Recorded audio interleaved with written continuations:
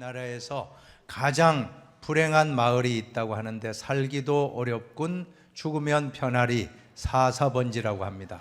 가장 행복한 마을은 은혜도 풍성하군 만나면 행복하리 77번지 믿습니까? 다 우리는 행복하게 생각을 바꿉시다. 우리는 불행하다 하면 불행해요. 그러나 행복하다, 나는 건강하다, 나는 축복받았다고 하면 그렇게 되고, 나는 불행하다 하면 불행합니다. 절대 부정적인 생각이 들어오지 않다. 하루에도 수십 번 오잖아요. 그 생각을 자꾸 바꾸면 우리 운명이 바뀔 줄로 믿습니다. 한 번 더 우리 옆 사람에게 행복하게 삽시다. 행복하게 삽시다. 긍정적으로 삽시다. 긍정적으로 삽시다. 21세기 가장 큰 관심 분야가 바로 영성이라는 것입니다. 영성은 무엇입니까? 그냥 목에 힘주고 뭐 성경책 딱 옆에 끼고 무게 잡는 게 영성이 아닙니다. 목소리가 뭐 아주 거룩한 목소리 내는 게 영성이 아니고,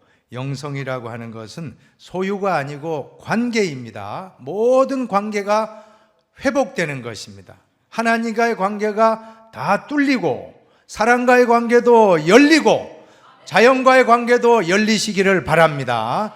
동식물과도 화초와도 관계가 열리고 물고기하고도 열리고 다 여러분 가정에 다 열리길 바랍니다. 하나도 막히지 말고 핍박하지 말고 다 자연과도 같이 자연 보호하고 또 사랑하고 아끼면 그것이 바로 진정한 영성인 줄로 믿습니다. 우리가 성령님을 받으면, 성령님을 우리가 체험하게 되면 다 소통된다라고 하는 것입니다. 열려집니다. 근데 성령님은 그런데 두 가지 특성으로 나눌 수가 있습니다. 먼저는 뭡니까? 불같은 성령이 있다는 것. 성령 받으면 뜨거워집니다. 냉랭하던 분이 뜨겁게 바뀌어요. 전도하지 못하던 분이 전도하는데 열심을 내게 돼요. 찬송 부를 때도 막 오늘 글로리아 찬양대 같이 뜨겁게 찬송합니다. 믿습니까? 또 기도할 때도 조용히 기도하는 분이 막 뜨겁게 때로는 기도하는 겁니다. 그래서 성령 받으면 뜨거워지는 특성이 있습니다. 차갑고 쌀쌀하던 사람이 성령 받으면 훈훈한 사람으로 바뀔 줄로 믿습니다. 또 하나는 물 같은 성령이 있습니다. 성령 받으면 어떻게 됩니까? 성령님, 여름철 무더위에 시원한 얼음 냉수 생각해 보세요. 시원한스러운 인생, 이것이 바로 물같이 시원한 성령님의 역사인 줄로 믿습니다. 그래서 사랑과 희락과 화평과 오래 참음, 자비, 양선, 충성, 온유, 절제 열매를 맺게 되므로 주님의 마음도 시원하게 해드리고, 옆에 있는 가족들, 옆에 있는 사람들 마음도, 이웃의 마음, 직장의 모든 분들, 만나는 분들 마음을 시원하게 해주는 그러한 역사가 성령의 역사인 줄로 믿습니다. 오늘 이러한 두 성령을 다 받은 체험한 인물이 바로 삼손입니다. 첫째로 삼손은 불같은 성령을 받았던 것입니다. 14절에 보면 삼손이 레이의 이름에 블레셋 사람들이 그에게로 마주 나가며 소리 지를 때 같이 읽어봅시다. 여호와의 영이 삼손에게 갑자기 임하심에 그의 팔 위에 밧줄이 불탄 삼과 같이 그의 결박되었던 손에서 떨어진지라. 삼손을 묶었던 결박했던 그 두꺼운 강력한 밧줄이 불탄 삼과 같이 성령이 임하니까, 여호와의 영이 임하니까 삼손의 손에 있는 모든 밧줄이 그냥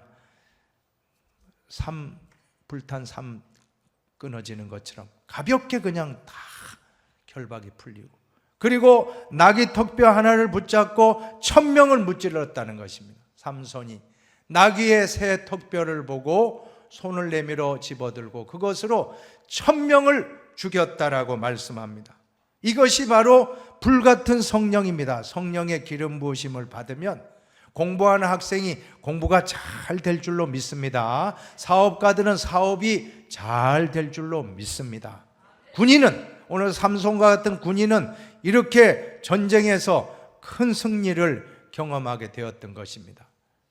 베드로와 같은 그러한 평범한 어부였지만 오순절에 성령 받고 나니까 나가서 복음 전파하는데 하루에 3000명이 회개하고 돌아오는 역사가 일어났던 줄로 믿습니다. 불같은 성령이 임하니까 혼자 힘으로 바알과 아세라 거짓 선지자 850명과 대결했는데 승리했어요. 바로 엘리야입니다. 엘리야에게도 불같은 성령이 제단 위에 임했던 것입니다.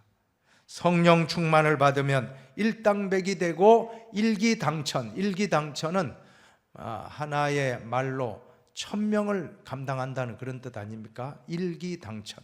일당백, 한 사람이 100을 담당한다.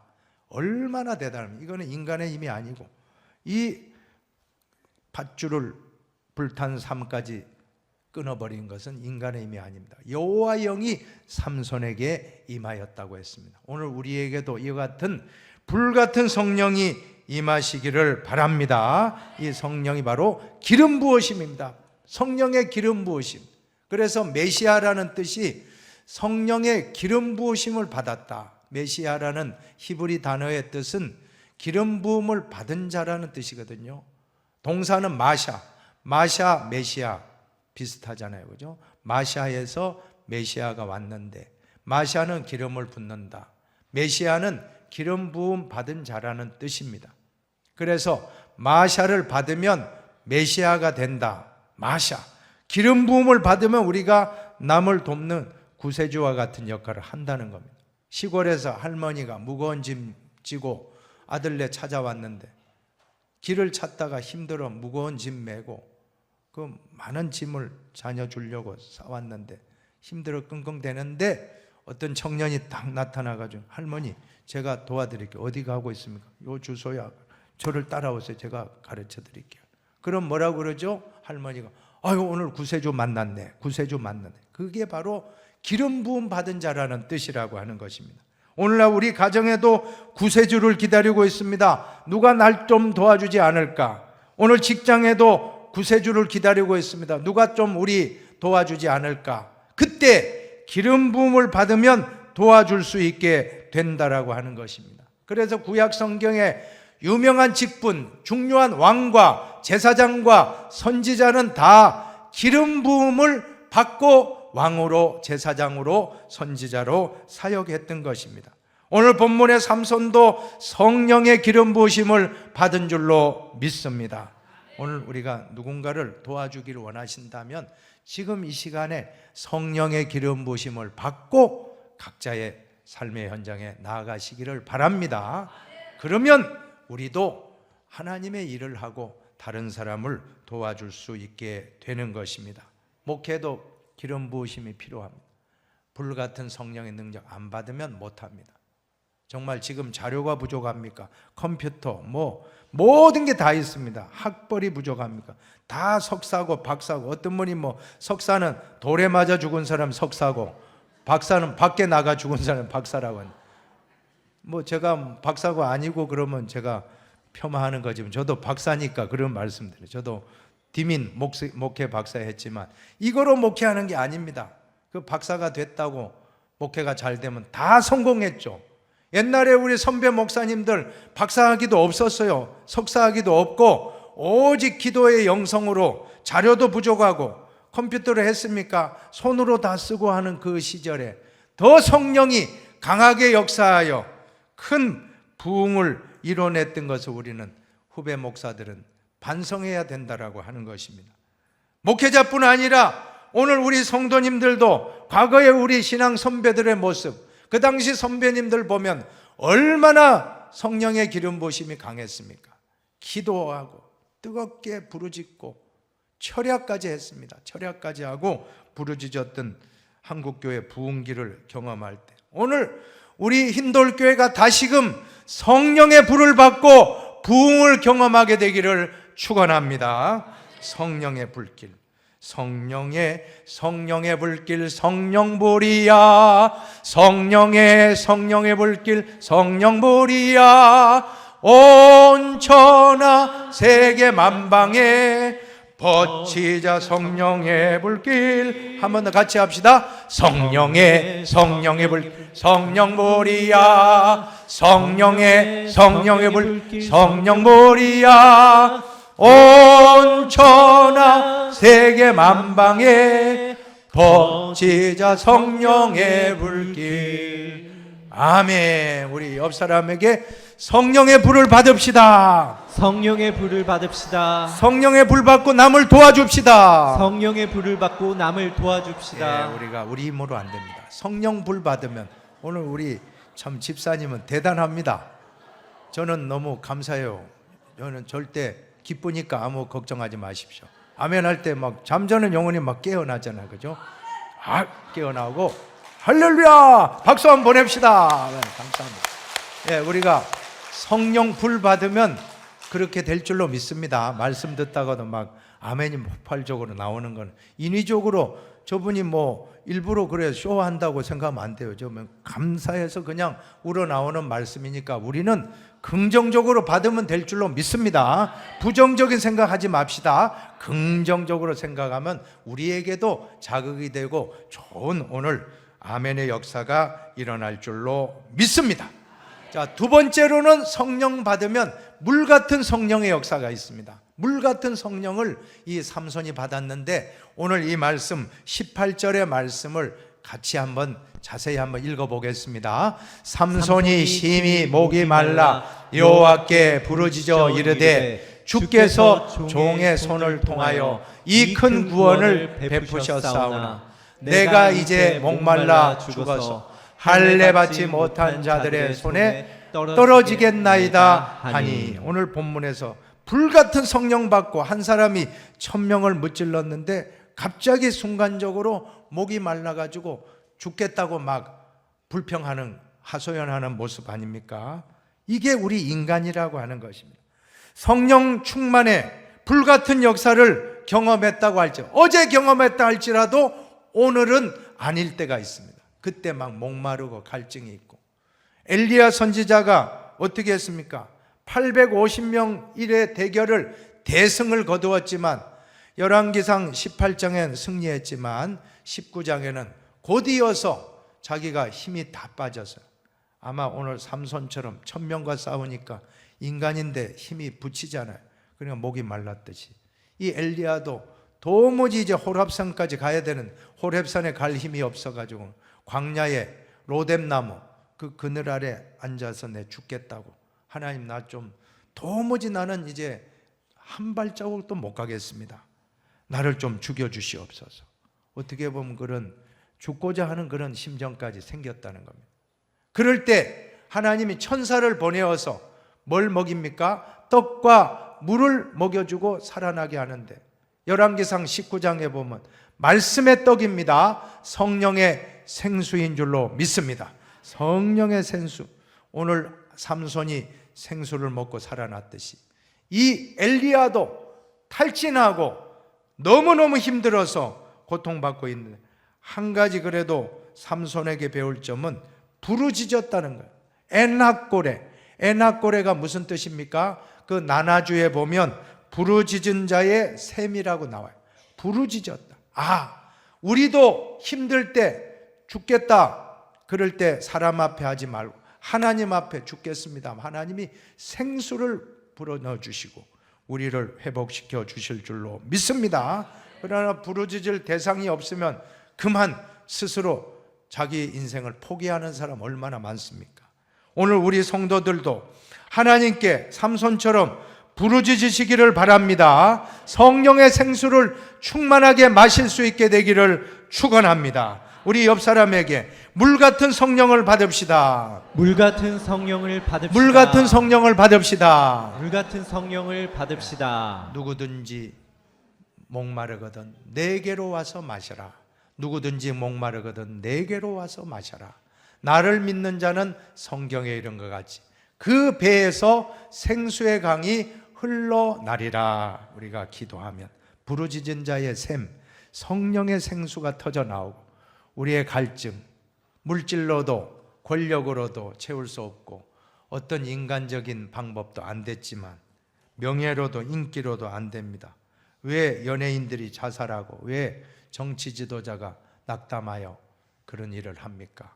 생수가 공급되지 않으면 포기할 수밖에 없다는 것입니다. 그러나 우리는 기도하고 부르짖으면 성령의 생수가 임재하여 우리에게 충분히 마시고 다시 일어나 광야길을 40주 40야를 달려갔던 엘리야 선지자와 같이 우리도 힘차게 우리 앞에 있는 인생의 문제를 해결하고 다시 부정적인 생각은 십자가에 못 박고 안 된다는 생각, 절대 할 수 없다는 생각을 십자가에 못 박고 다시 도전하게 될 줄로 믿습니다. 마귀 사탄은 우리 생각을 통해 역사하는 겁니다. 우리 생각이 하루에도 수십 번 아닙니까? 수십 번 부정적인 생각이 나오는데 그 수십 번 부정적인 생각을 내가 하나님께 기도하면 성령의 생수를 마시면 긍정적인 생각으로 바꾸고 그 생각을 바꾸면 생각한 대로 바뀔 줄로 믿습니다. 우리 운명을 바꾸는 겁니다. 절대로 안 된다 안 된다는 생각 하지 말고 할 수 있다. 이제 하나님의 성령으로 나를 치유해 주시면 불같은 성령, 물같은 성령으로 다시 일어나서 힘차게 광야의 길을 달려갈 수 있게 되기를 주님의 이름으로 축복합니다. 세 번째로 내면의 상처가 문제예요. 이 내면의 상처가 우리한테 있는데 그 상처를 치유받아야만이 우리는 행복할 수 있다라고 하는 것입니다. 19절 말씀을 같이 봉독합시다.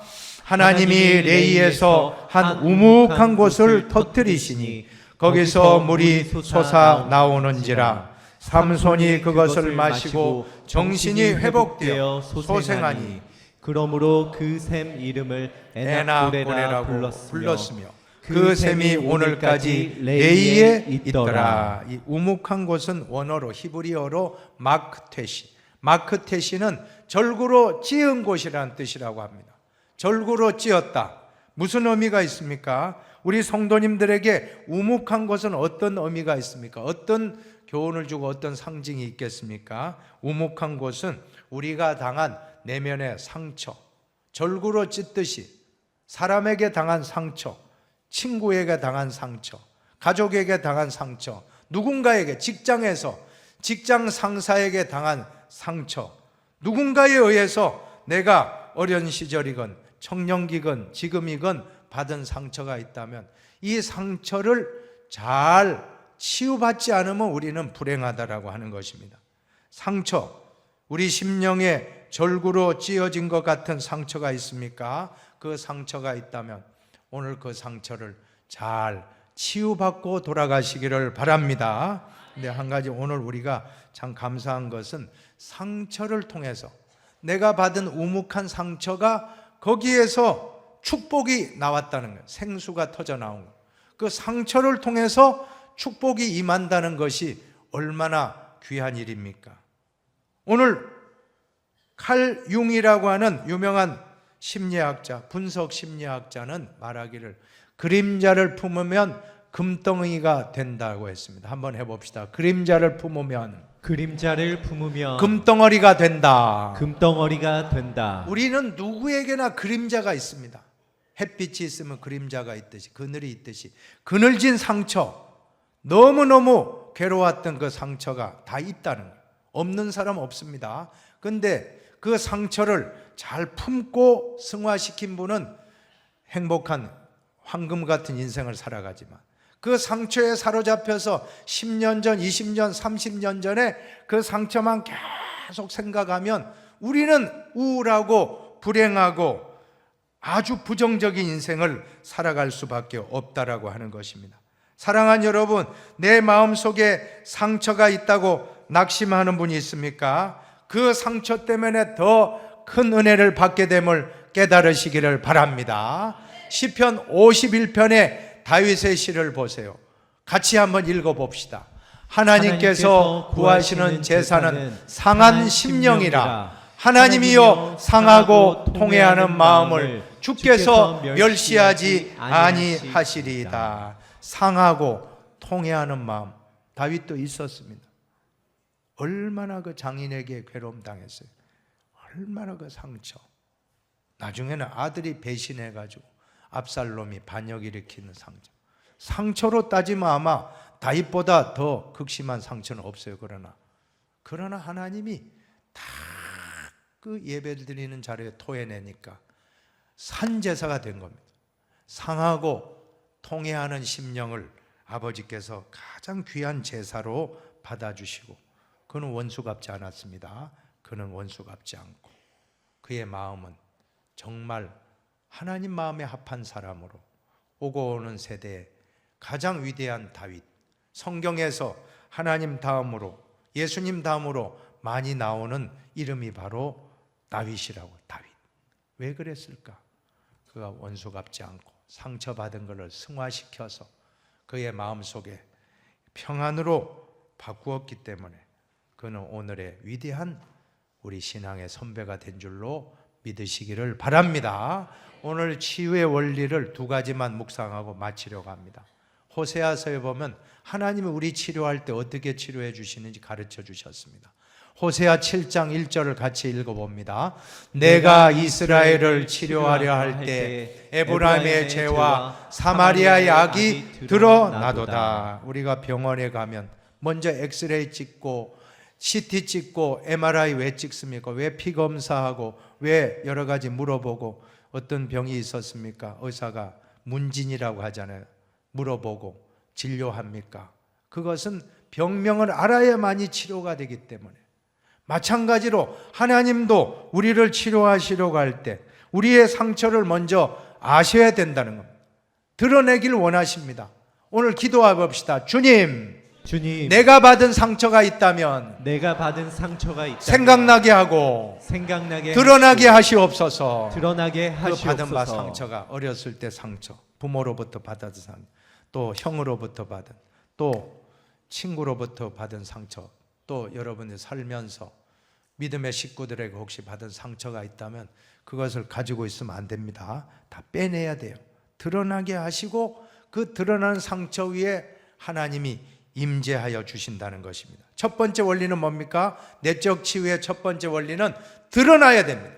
병도 드러나야지 고쳐주시듯이 우리 상처도 드러날 때 고쳐주실 줄로 믿습니다. 드러나면 반은 치료된 겁니다. 드러나면 반은 치료된 겁니다. 그 다음에는 임재하시는데, 두 번째 원리는 임재하여 치료해 주시는 겁니다. 임재합니다. 성령님이 임재하여 주실 줄로 믿습니다. 호세아 6장에 보세요. 1절로 보면 오라 우리가 여호와께로 돌아가자. 여호와께서 우리를 찢으셨으나 도로 낫게 하실 것이요 우리를 치셨으나 싸매어 주실 것임이라. 같이 읽어봅시다. 여호와께서 이틀 후에 우리를 살리시며 셋째 날에 우리를 일으키시리니 우리가 그의 앞에서 살리라. 그러므로 우리가 여호와를 알자. 힘써 여호와를 알자.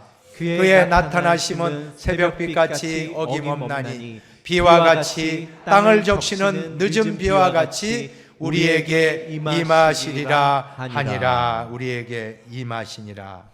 한번 읽어봅시다. 우리에게 임하시리라. 하나님이 우리에게 성령으로 임하실 때 우먹한 상처가 드러나고 그 상처 위에 성령이 임할 때 생수와 같은 축복이 흘러나서 나도 살지만 내 주변에 있는 분들도 다 회복시키는 하나님의 사역자가 될 줄로 믿습니다.